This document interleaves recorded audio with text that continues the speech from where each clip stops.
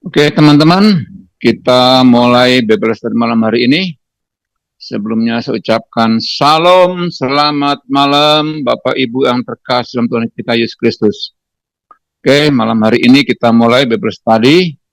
Mana malam hari ini melihat setiap situasi goncangan yang ada, kita hanya memerlukan Tuhan supaya kita beroleh perlindungan dan keamanan selama kita masih ada dalam dunia ini, sehingga kita terus bisa memuliakan nama Tuhan. Oke, kita bersatu dalam doa. Bapa di surga, kami mengucap syukur buat kesempatan malam hari ini atas kasih dan anugerah-Mu ya Tuhan, di mana malam hari ini kami masih ada, semua oleh karena campur tangan-Mu, semua oleh karena kasih setia Tuhan, semua oleh karena anugerah, di mana Tuhan terus melimpahkan bagi kami semuanya kekuatan, kemampuan, untuk kami senantiasa menghadapi segala sesuatu yang kami hidup di dalam dunia ini, tapi kami terus melihat betapa besar penyertaan Tuhan dan perlindungan Tuhan bagi kami semuanya. Terima kasih Tuhan, hanya Engkau yang kami perlukan, hanya Engkau yang kami butuhkan ya Tuhan. Sebab hanya di dalam-Mu ada kenyamanan, ada kedamaian, dan ada sukacita. Terima kasih di dalam nama Tuhan Yesus, berkati teman-teman kami yang juga belum sempat bergabung, kiranya Tuhan memberkati mereka dalam setiap aktivitas mereka semuanya. Dalam nama Tuhan Yesus. Haleluya. Amin.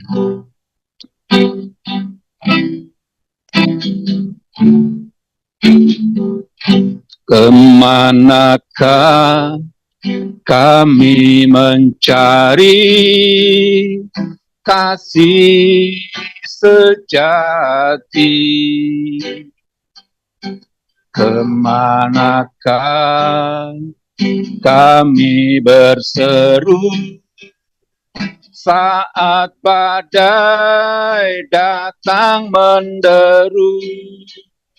Yang kami tahu hanya Kau yang mampu pulihkan segala sesuatu. Kemanakah? Kemanakah kami mencari kasih sejati? Kemanakah kami berseru saat badai datang menderu? Yang kami tahu hanya Kau yang mampu pulihkan segala sesuatu. Kami perlukan keajaiban-Mu, kami butuhkan sentuhan tangan-Mu. Kami tak dapat jalan sendiri, kami perlu Kau Tuhan.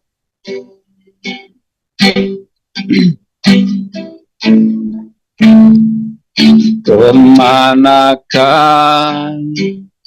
kami mencari kasih sejati? Kemanakah kami berseru saat badai datang menderu? Yang kami tahu hanya Kau yang mampu pulihkan segala sesuatu. Kami perlukan keajaiban-Mu, kami butuhkan sentuhan tangan-Mu. Kami tak dapat jalan sendiri, Kami perlu Kau Tuhan. Kami perlukan keajaiban-Mu. Kami butuhkan sentuhan tangan-Mu. Kami tak dapat jalan sendiri.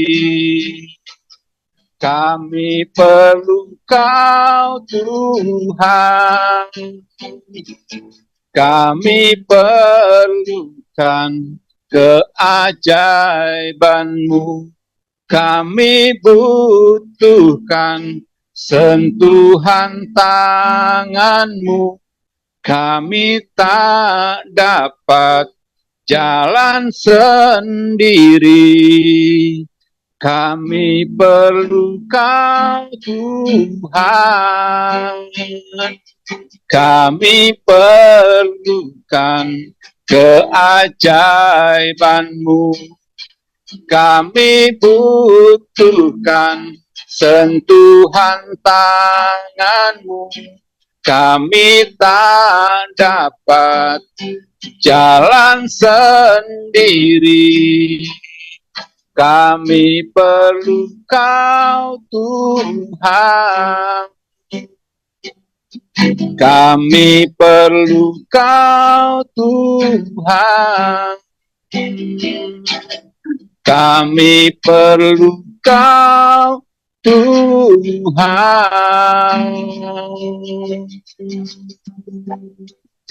Haleluya. Kami perlu Kau Tuhan. Kami butuhkan Engkau di hidup kami. Hanya Engkau Yesus. Kami perlu sentuhan tangan-Mu. Kami butuh Engkau. Hanya Kau yang sanggup. Hanya Kau Tuhan yang dapat. Hanya Engkau Yesus.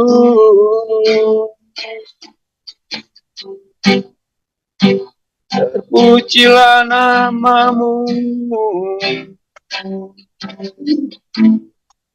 Oh, haleluya.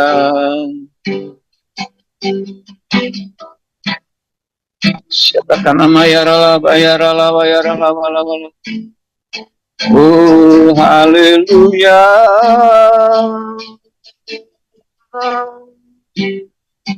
Terpuji Engkau Tuhan. Kami bersyukur. Kami bersyukur padamu. Glory.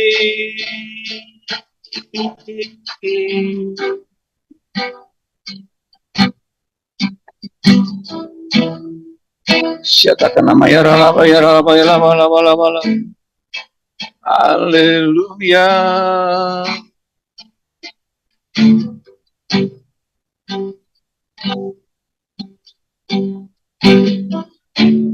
Kami perlukan keajaiban-Mu. Kami butuhkan sentuhan tangan-Mu. Kami tak dapat jalan sendiri. Kami perlu Kau Tuhan. Kami perlukan keajaiban-Mu. Kami butuhkan sentuhan tangan-Mu. Kami tak dapat jalan sendiri. Kami perlu Kau Tuhan. Kami perlu Kau Tuhan,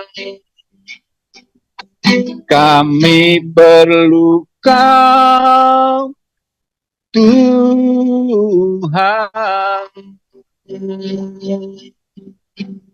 Tuhan Yesus, memang benar kami tidak bisa tanpa Engkau. Buatlah kami sadar bahwa kami hanya bergantung kepada Engkau.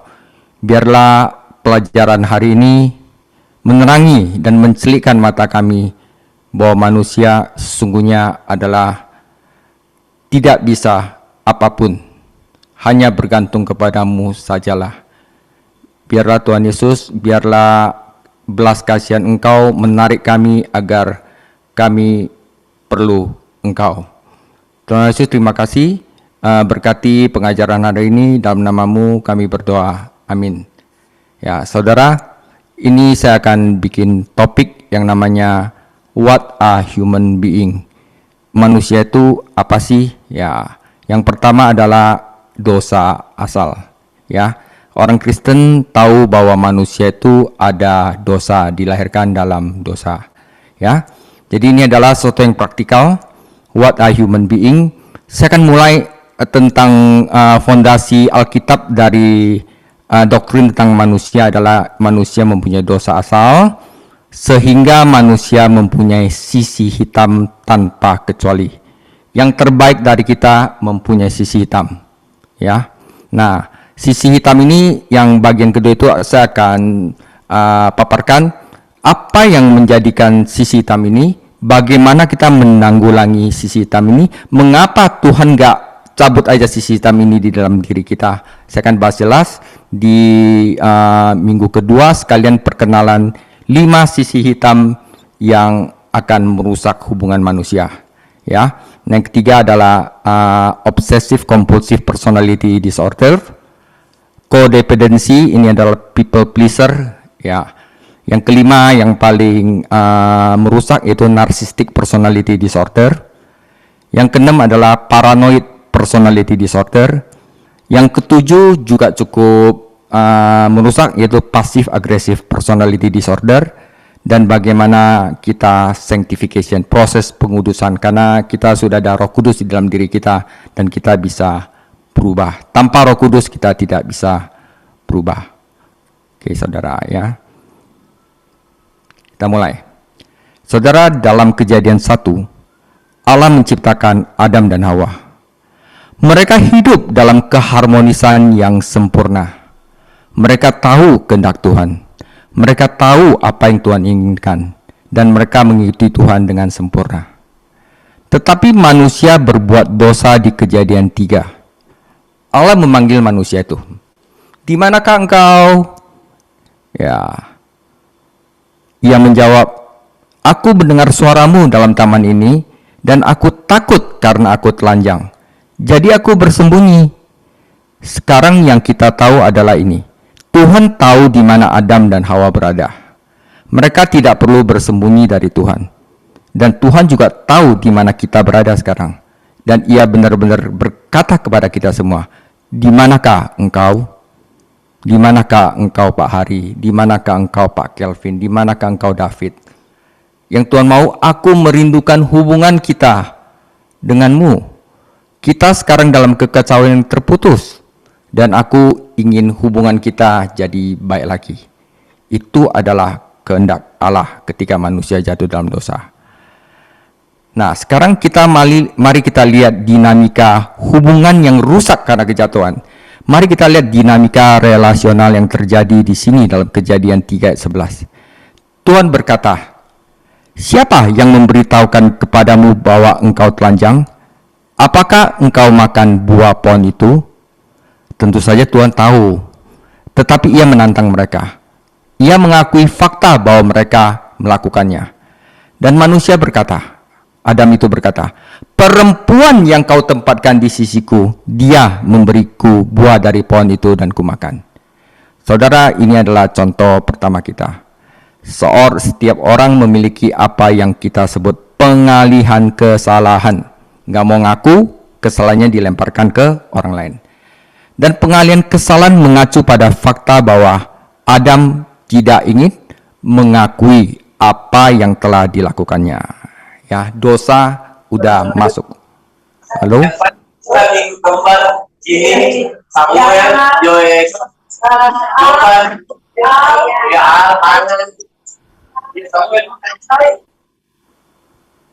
Oke. Lalu Tuhan berkata kepada perempuan itu, "Apa yang telah kau lakukan ini?" Wanita itu berkata, "Ular itu menipuku dan aku memakannya." Contoh lain dari mengalihkan kesalahan. Nah, ini penting saudara ya, kita lihat apa yang terjadi. Nah, Adam tidak ingin mengaku, Hawa juga tidak ingin mengakuinya.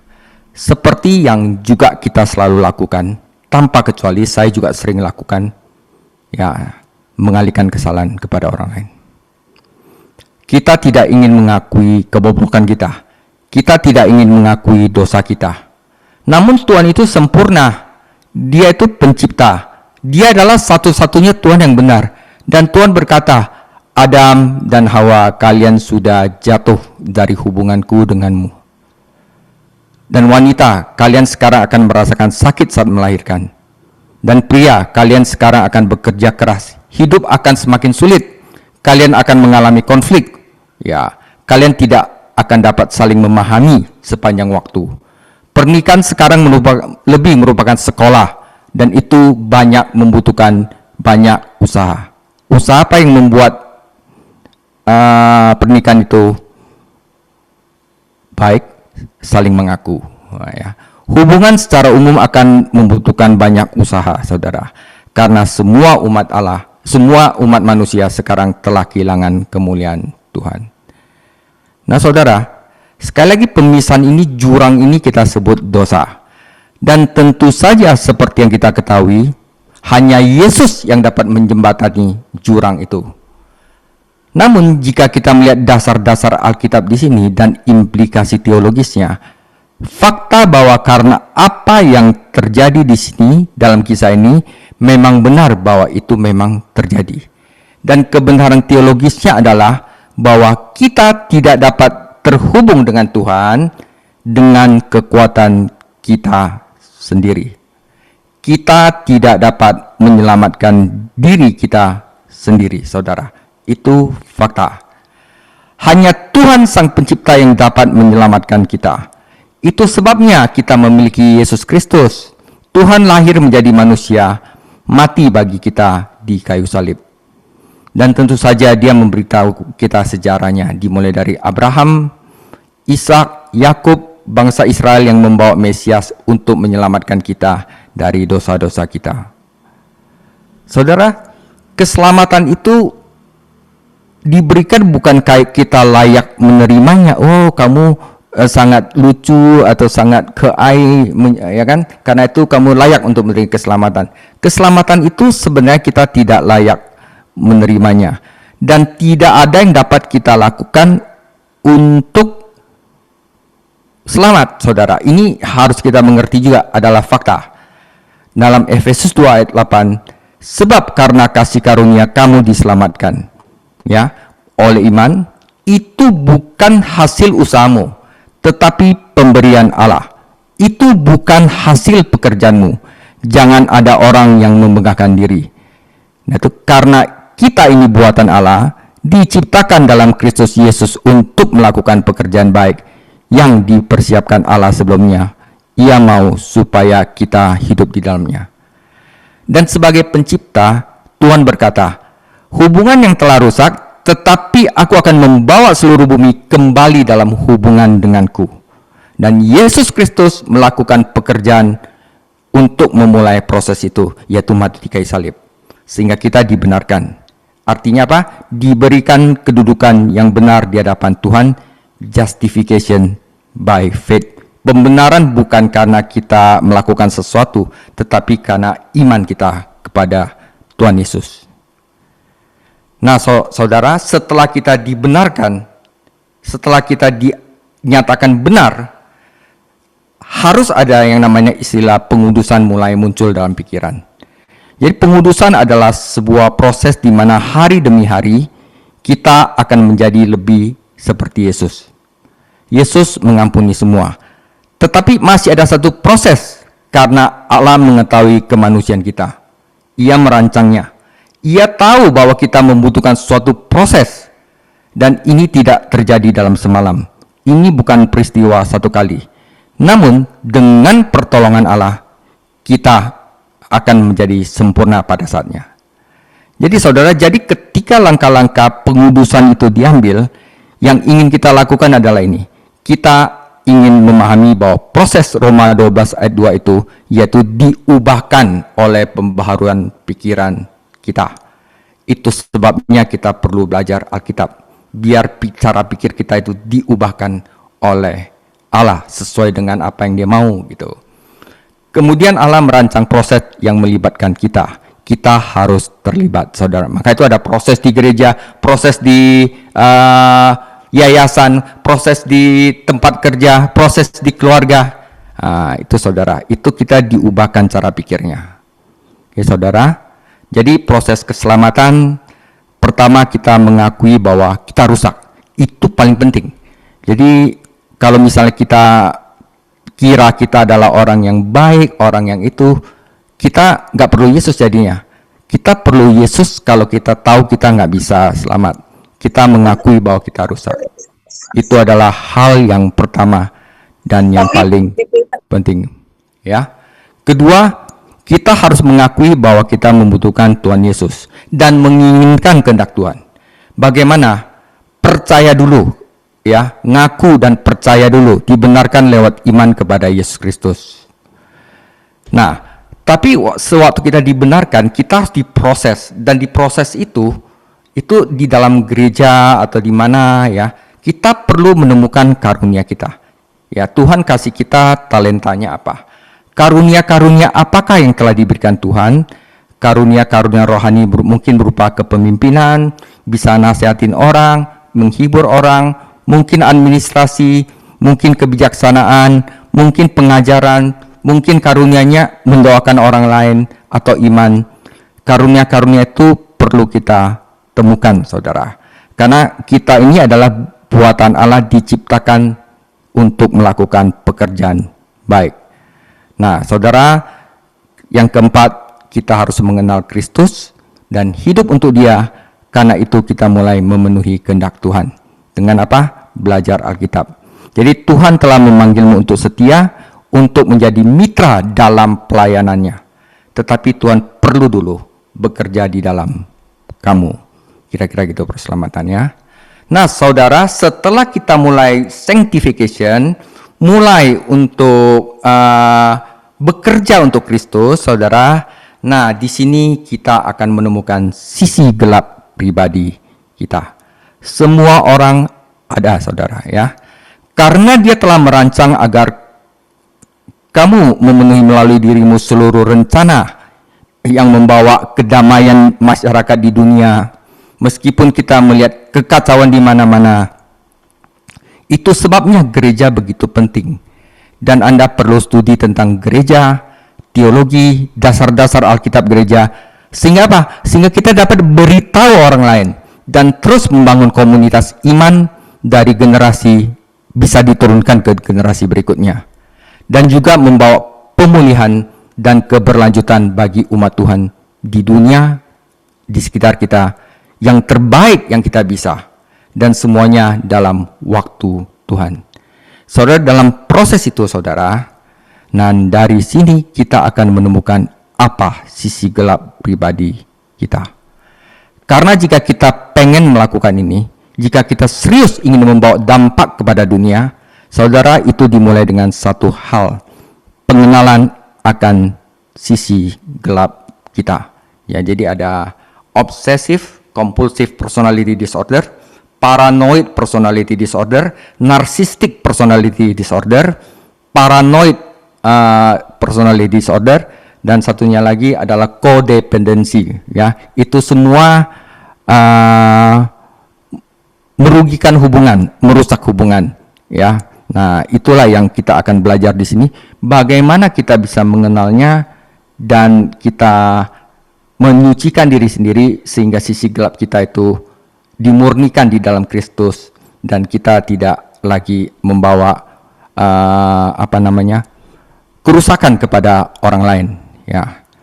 Nah, satu lagi total degradasi adalah total kehancuran manusia. Oke. Original sin. Tadi pendahuluan saudara.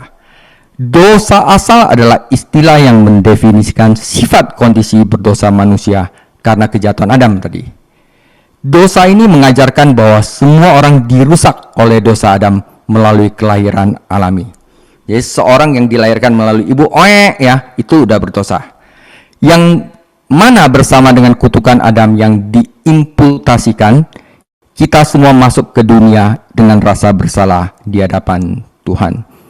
Jadi semua orang punya sisi gelap dengan itu, ya. Dosa asal menunjukkan bahwa kita berdosa karena kita adalah orang berdosa, memasuki dunia ini dengan sifat yang rusak, tanpa harapan, terlepas dari kasih karunia Allah yang menyelamatkan kita dalam Injil. Jadi kita lahir dalam keadaan rusak dan tanpa harapan. Ya. Dosa asal mengajarkan bahwa semua umat manusia bergabung dengan Adam baik dalam kesalahan maupun kerusakan dosa pertamanya. Sebagai umat yang sejak lahir dirusak oleh dosa, kita ikut menanggung kesalahan Adam di hadapan Tuhan, kesalahan yang diimputasikan kepada kita di bawah perjanjian perbuatan. Nah, saudara, kita harus tahu kalau kita lahir, kita itu adalah orang yang rusak secara moral dan rohani. Selain itu, manusia sangat rusak secara moral dan rohani melalui persatuan alami kita dengan Adam, sehingga kita benar-benar rusak. Semua kemampuan manusia kita dirusak oleh dosa, sehingga saudara, kita memiliki kecenderungan bawaan untuk berbuat dosa. Terlebih lagi, kerusakan total kita membuat kita tidak mampu secara rohani untuk mengasihi Tuhan atau mempercayai Injilnya dan diselamatkan sampai kita dilahirkan kembali melalui kasih karunia-Nya yang berdaulat. Dosa asal memberi kita pemahaman Alkitabiah tentang ini kita sendiri dan membuat orang berdosa itu bergantung sepenuhnya pada kasih karunia penyelamatan Tuhan dalam Injil. Saudara, Anda tidak punya kontribusi apa-apa. Tanpa ada kontribusi dari perbuatan manusia, dan segala kemuliaan atas keselamatan kita harus menjadi milik Tuhan Yesus. Ya. Jadi kita baca Roma 3 ayat 9 sampai 18. Jadi bagaimana? Adakah kita mempunyai kelebihan daripada orang lain? Sama sekali tidak. Sebab di atas telah kita tuduh baik orang Yahudi maupun orang Yunani, bahwa mereka semua ada di bawah kuasa dosa. Seperti ada tertulis, tidak ada yang benar, seorang pun tidak. Tidak ada seorang pun yang berakal budi. Tidak ada seorang pun yang mencari Allah. Semua orang telah menyeleweng. Mereka semua tidak berguna. Tidak ada yang berbuat baik. Seorang pun tidak. Kerongkongan mereka seperti kubur yang ternganga. Lidah mereka merayu-rayu, bibir mereka mengandung bisa. Mulut mereka penuh dengan sumpah serapah. Kaki mereka cepat untuk menumpahkan darah. Keruntuhan dan kebinasan mereka tinggalkan di jalan mereka. Dan jalan damai tidak mereka kenal. Rasa takut kepada Allah tidak ada pada orang itu. Ya, kata tidak seorang pun itu universal banget, saudara, ya. Nah, saya akan jelasin satu penjelasan dari Agustinus, bagus sekali, ya. Jadi Agustinus berkata bahwa kejatuhan itu begitu dalam, ya, dan bahwa kuasa dosa begitu kuat dalam hati manusia, sehingga hanya Tuhan, ya, hanya Tuhan Yesus dengan kasih karunia-Nya dan hanya dengan kasih karunia-Nya saja yang dapat mengubah manusia untuk membawa orang itu kepada iman, saudara. Jadi kalau orang belum lahir baru, mau dikasih motivasi kayak bagaimanapun ya, dia tidak akan bisa, saudara. Karena apa? Hatinya ini kecenderungannya dosa. Jadi yang menjadi masalah di sini adalah apakah manusia yang jatuh memiliki kemampuan yang utuh untuk mencondongkan dirinya atau menerima dengan kekuatannya sendiri tawaran bantuan pertolongan yang datang kepada kita dari Tuhan, atau apakah perlu bagi Tuhan untuk melakukan pekerjaan awal penciptaan kembali dalam jiwa manusia sebelum orang yang jatuh memiliki kekuatan moral untuk mengatakan ya kepada Injil. Jadi yang kita bicarakan di sini adalah apa yang disebut inisiatif ilahi. Ya saudara, saya ngomong begini karena sebenarnya kita bisa percaya kepada Tuhan Yesus itu pun bukan karena kita memilih untuk percaya, tetapi itu pun adalah inisiatif ilahi. Ya, jadi Agustinus akan mengatakan ini, bahwa sebelum seseorang datang kepada Kristus, Tuhan bekerja secara sepihak, memantau secara independen dan berdaulat dengan mengubah roh jiwa orang berdosa dengan menyelamatkan orang berdosa itu dari penjara perbudakan moral yang secara alami membuatnya mati dalam dosa dan pelanggaran. Ya, jadi tanpa Tuhan Yesus yang tarik kita, ya, kita juga tidak bisa mencari Tuhan yang telah memberikan keselamatan itu. Tuhan tarik kita, ya. Nah, saudara, ini namanya regenerasi. Kita dilahirkan kembali monoteistik, ya. Sekarang orang-orang itu datang kepada Kristus dan mereka memilih Kristus. Mereka datang dengan sukarela dan gembira dan semua yang lainnya, tetapi itu tidak akan terjadi. Kita bisa happy datang ke Kristus dengan gembira, tetapi itu tidak terjadi sebelum Allah melakukan dulu di dalam hati kita pekerjaan kasih karunia-Nya yang berdaulat, yang membawa orang itu dari kematian rohani kepada kehidupan rohani. Kita menyebutnya kelahiran kembali monoteistik atau regenerasi monoteistik, bahwa hal itu adalah pekerjaan Allah sendiri, bukan inisiatif manusia. Dan karena tidak ada yang dapat saya lakukan untuk mendapatkannya, untuk memperolehnya, untuk memprovokasinya, karena itu manusia harus meletakkan kualifikasi manusia itu. Saya harus meletakkan kualifikasi saya. Dan kita harus pada akhirnya bergantung pada kasih karunia Allah saja. Itulah tentang manusia. Kita itu sudah rusak habis, cuman kita nggak sadar. Kenapa kita nggak sadar? Kita merasa kita baik karena kita membandingkannya dengan manusia lain, bukan membandingkannya dengan Tuhan, gitu loh. Ya, kalau A mungkin lebih baik dari B mungkin lebih baik dari C. Tapi A, B, C kalau kita banding depan Tuhan jauh habis. Dan untuk masuk surga kita harus sempurna. Karena itu kita perlu Tuhan Yesus untuk membawa kita ke sana. Nah, dan dalam keadaan mati rohani, saudara, secara moral tidak mampu membangkitkan dirinya sendiri, bahwa Allah harus datang dan menghembuskan kehidupan dan kuasa rohani yang baru ke dalam jiwa orang itu, seperti menggunakan bahasa Paulus, untuk menghidupkannya dari keadaan kematian rohani dan menghasilkan iman di dalam hati orang itu sebelum orang itu memiliki kuasa untuk datang kepada Yesus. Ya. Nah, jadi saudara, di dalam Alkitab juga ditulis, daging tidak berguna, hanya roh yang memberi hidup. Nah, saudara, dalam satu teks Alkitab yang penting yang berbicara tentang ini ditemukan dalam Injil Yohanes, di mana Yesus membuat pernyataan yang agak mengejutkan. Ia berkata dalam Yohanes 6 ayat 63, rohlah yang memberi hidup, daging sama sekali tidak berguna, saudara. Dan yang berguna itu apa? Perkataan-perkataan yang aku katakan kepadamu adalah roh dan hidup. Tetapi di antara kamu ada yang tidak percaya. Yesus tahu dari semula siapa mereka, siapa yang tidak percaya dan siapa akan mengkhianatinya. Dan ia berkata, karena itu aku telah berkata kepadamu bahwa tidak seorang pun dapat datang kepadaku kalau Bapakku tidak memberikan kepadanya, saudara. Nah, sekarang kita ingat sebelumnya dalam percakapan Yesus dengan Nikodemus yang datang kepadanya pada malam hari. Yesus berbicara tentang perlunya seorang dilahirkan kembali, bahkan sebelum mereka dapat melihat kerajaan Allah, apalagi memasuki kerajaan Allah. Dan dalam percakapan itu dengan Nikodemus, Yesus berkata kepadanya, apa yang dilahirkan dari daging adalah daging. Apa yang dilahirkan dari roh adalah roh, saudara. Nah, saudara, ini kata tidak seorang pun ini ya. Ini penting. Dan sama seperti Yesus membuat kontras yang kuat antara daging dan roh, maka Rasul Paulus melakukan hal yang sama ketika ia berbicara dalam metafora peperangan yang terjadi antara daging dan roh dalam diri orang yang telah bertobat. Saudara, jadi bahkan ketika kita sudah lahir baru, ya, daging tidak sepenuhnya dimusnahkan. Oleh sebab itu kita perlu yang namanya pengudusan, sanctification, dan sisi gelap kita akan muncul di sini, ya, karena dia akan berperang dengan roh, ya. Ada pergumulan yang terus-menerus ini, tetapi sampai Roh Kudus mengubah hidup Anda hanyalah adalah daging, dan daging tidak berguna.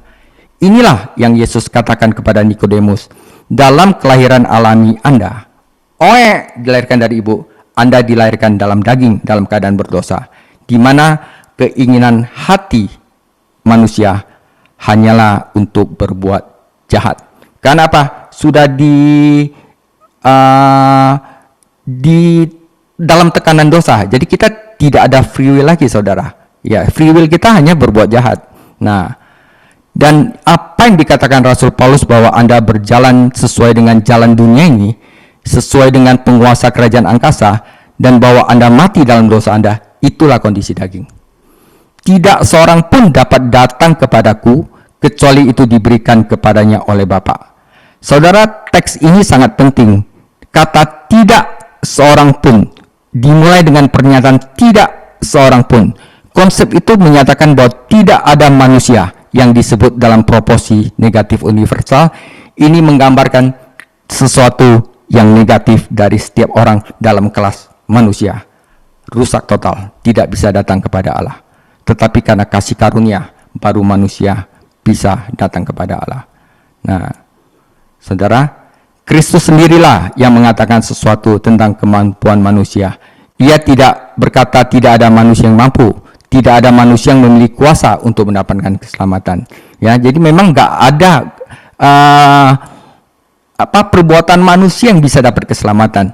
Jadi datang kepadamu. Jadi kayaknya kalau misalnya manusia nggak bisa datang, berarti ada kekurangan kemampuan yang melekat pada manusia untuk datang kepada Yesus dong. Nah, sekarang jelas ketika Yesus berkata, datanglah kepadaku, adalah cara ia memanggil orang-orang untuk menerimanya dalam iman demi keselamatan mereka. Percaya Yesus demi iman. Kita harus dilahirkan kembali dulu. Nah, setelah itu barusan kita proses pengudusan. Tidak seorang pun dapat datang kepadaku kecuali jika diberikan kepadanya oleh Bapa. Idenya di sini adalah bahwa sesuatu harus dilakukan Tuhan pada saat ini. Tuhan harus memampukan orang untuk datang. Itulah inti dari doktrin kerusakan total. Bahwa kita kehilangan kemampuan alami manusia untuk datang kepada Yesus. Ya, mungkin Anda pikir kita masih membuat pilihan. Tapi manusia membuat pilihan sesuai dengan keinginannya yang cenderung jahat. Ya, saudara, saya kasih contoh tentang free will ya. Kita selalu ngomong kita bisa memilih, tapi sebenarnya kita tidak bisa memilih. Kita selalu memilih yang jahat. Kenapa? Terpaksa, saudara. Saudara, misalnya Anda punya duit di dompet 100.000. Mungkin Anda rasa Anda bisa kasih saya atau kasih Pak Sony, ya bisa membuat pilihan. Tapi ketika Anda ditodong, kasih saya duit, Anda nggak ada pilihan, saudara. Nah, itu berarti dalam kuasa. Jadi Anda mau nggak mau kasih pencurinya, kenapa? Anda takut mati. Nah, Anda tidak ada free will lagi, karena Anda mau nggak mau, suka nggak suka, Anda harus memberikan uang itu kepada penodong. Kenapa? Karena kalau nggak Anda ditusuk. Nah, itulah gambaran manusia yang ada di dalam dosa. Nah, saudara, nah itulah hakikat kebebasan untuk dapat memilih sesuai dengan keinginan atau kecenderungan Anda sendiri. Namun itu adalah pedang bermata dua. Kita tidak hanya bebas dalam artian kita memilih sesuai keinginan kita, tetapi kita tidak bisa tidak bebas pada titik itu. Kita tidak hanya dapat memilih apa yang kita inginkan, tetapi satu-satunya pilihan yang merupakan pilihan nyata adalah pilihan yang dibuat sesuai dengan keinginan Anda. Jadi kita memang free will, tapi free will kita terbatas untuk dibuat kepada keinginan kita aja. Tidak bisa kepada kehendak Tuhan sebelum kita dilahirkan kembali. Nah, Dan apa yang diajarkan dosa asal dalam doktrin ketidakmampuan moral yang ditemukan di bawah doktrin kerusakan total berarti kita adalah budak dari keinginan kita sendiri.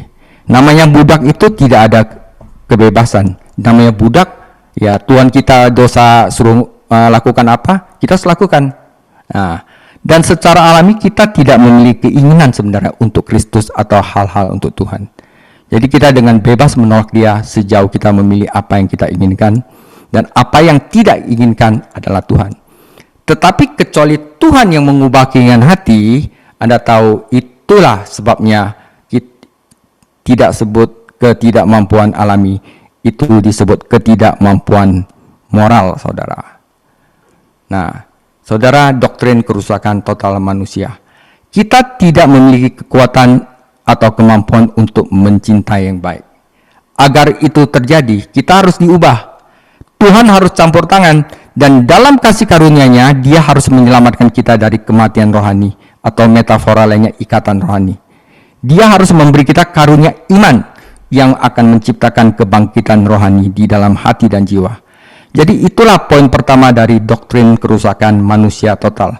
Itu mengacu pada tingkat kerusakannya yang kita kira kita baik-baik aja, sebenarnya kerusakan begitu parah sehingga tidak ada seorang pun, tidak ada manusia yang bebas dari ikatan kerusakan yang ditemukan di dalam jiwa yang terdalam. Saudara, tetapi sampai kita dilahirkan kembali, tetapi sampai kita dilahirkan dari roh, kita adalah daging, dan daging itu tidak berguna. Nah, dan satu-satunya cara kita dapat beriman adalah jika Tuhan dalam kasih karunia-Nya dan hanya kasih karunia membebaskan kita dengan menyebabkan kita dilahirkan untuk kedua kalinya oleh kuasa Roh Kudus. Saudara, ini adalah ayat pendukung, ya. 1 Korintus 2:14. Manusia duniawi tidak menerima apa yang berasal dari Roh Allah, karena hal itu baginya adalah suatu kebodohan, dan ia tidak dapat memahaminya, sebab hal itu hanya dapat dinilai secara rohani. Ya, Roma 5:12. Sebab itu, sama seperti dosa telah masuk ke dalam dunia oleh satu orang, dan oleh dosa itu juga maut, demikianlah maut itu telah menjalar kepada seluruh orang, karena semua orang telah berbuat dosa. 2 Korintus 1:9. Sebab kami sendiri telah dijatuhi hukuman mati, supaya kami jangan menaruh kepercayaan pada diri kami sendiri, tetapi hanya kepada Allah yang membangkitkan orang-orang mati. Efesus 2:1-2. Kamu sudah mati karena pelanggaran-pelanggaran dan dosa-dosamu. Kamu hidup di dalamnya karena kamu mengikuti jalan dunia ini, karena kamu menaati penguasa kerajaan angkasa, yaitu roh yang sekarang sedang bekerja di antara orang durhaka. Efesus 2:12. Waktu itu kamu terpisah dari Kristus, terpisah dari kewarganegaraan Israel dan tidak mendapat bagian dalam ketentuan-ketentuan yang dijanjikan, tanpa pengharapan, tanpa Allah di dalam dunia. Yeremia 13:23. Dapatkah orang Ethiopia mengganti kulitnya, atau macan tutul mengganti belangnya? Maka kamu pun dapat berbuat baik, tidak dapat berbuat baik, hai kamu yang terbiasa berbuat jahat. Ya, manusia tidak dapat berbuat baik pada dasarnya. Nah, Mazmur 51:5. Lihatlah aku dilahirkan dalam kejahatan, dalam dosa ibuku mengandung aku. Yohanes 3:3. Yesus menjawab dan berkata kepadanya, sesungguhnya aku berkata kepadamu, kecuali seseorang dilahirkan kembali, ia tidak dapat melihat kerajaan Allah. Roma 3:10-12. Seperti ada tertulis, tidak ada yang benar, seorang pun tidak ada seorang pun yang berakal budi, tidak ada seorang pun yang mencari Allah. Mereka semua telah menyeleweng, mereka semua tidak berguna, tidak ada seorang pun yang berbuat baik, bahkan seorang pun tidak. Ayub 14:4. Siapakah yang dapat mengeluarkan sesuatu yang bersih dari yang najis? Seorang pun tidak. 1 Korintus 1:18. Karena pemberitaan tentang salib memang adalah kebodohan bagi mereka yang akan binasa, tetapi bagi kita yang diselamatkan, pemberitaan itu adalah kekuatan Allah. Kisah Para Rasul 13:41. Lihatlah hai kamu yang menghina-hina, heranlah dan binasa, sebab aku melakukan suatu pekerjaan di zamanmu, suatu pekerjaan yang tidak akan kamu percayai sekalipun ada orang yang memberitakannya kepadamu. Amsal 30:12. Ada keturunan yang menganggap dirinya suci tetapi belum dibasuh dari kenajisannya. Ya. Yohanes 5 ayat 21. Karena sama seperti Bapa membangkitkan orang mati dan menghidupkannya, demikian juga Anak menghidupkan siapa saja yang dikehendakinya. Saudara, itu adalah fakta manusia menurut Alkitab. Kita bukan orang yang baik-baik saja, kita adalah orang yang rusak total. Tetapi karena kasih karunia Yesus Kristus dan kita perlu beriman kepadanya, kita dibenarkan. Kita tidak layak, tapi kita dibenarkan. Nah, saat kita melakukan sesuatu untuk Kristus karena terima kasih atas penyelamatannya, kita akan menemukan namanya sisi gelap kita. Ya, nah kita belajar bagaimana nanti sisi gelap kita benerin sedikit-sedikit ya dengan kuasa Roh Kudus. Dan di sini nanti ada proses yang namanya sanktifikasi. Tapi sebelumnya kita harus lihat dulu kita ada di sisi gelap mana ya. Bagian 2 itu saya akan bicara secara keseluruhan tentang 5 sisi gelap, dan 3, 4, 5, 6, 7 saya akan bicara secara detail setiap sisi gelap manusia dan bagaimana kita bisa maksudnya disucikan dari itu ya. Jadi orang yang dulu narsistik sekarang nggak narsistik lagi ya. Karena apa? Ini semua itu merusak hubungan manusia ya. Karena rata-rata ini adalah egois, saudara. Dan bagaimana kita belajar ini akan membantu kita dalam hubungan manusia dan juga berada di dalam proses pengudusan dari Allah. Jadi ini penting, saudara. Nggak usah takut belajar sisi gelap ya. Orang itu nggak suka sisi gelap kamu apa sih ya gitu. Tapi ini penting, kalau kita sadar mengaku, kita barusan bisa dibenerin oleh Tuhan. Oke saudara, terima kasih. Ini dark side. The dark side adalah topik minggu depan. Tuhan Yesus memberkati.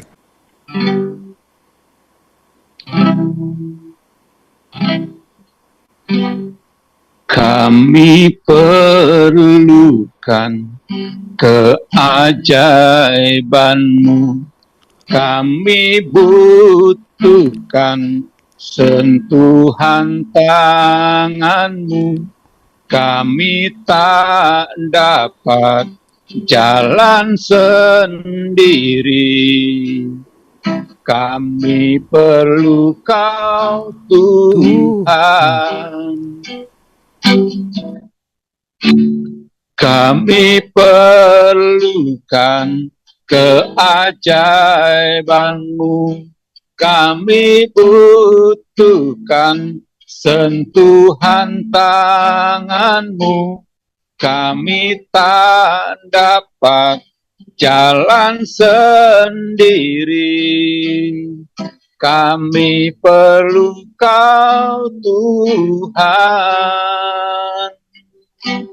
Kami perlu Kau Tuhan. Kami perlu Kau Tuhan. Benar ya Tuhan, kami perlu Engkau, sebab hanya Engkau yang dapat menebus, membersihkan, dan menguduskan, menyucikan setiap kami semuanya ini.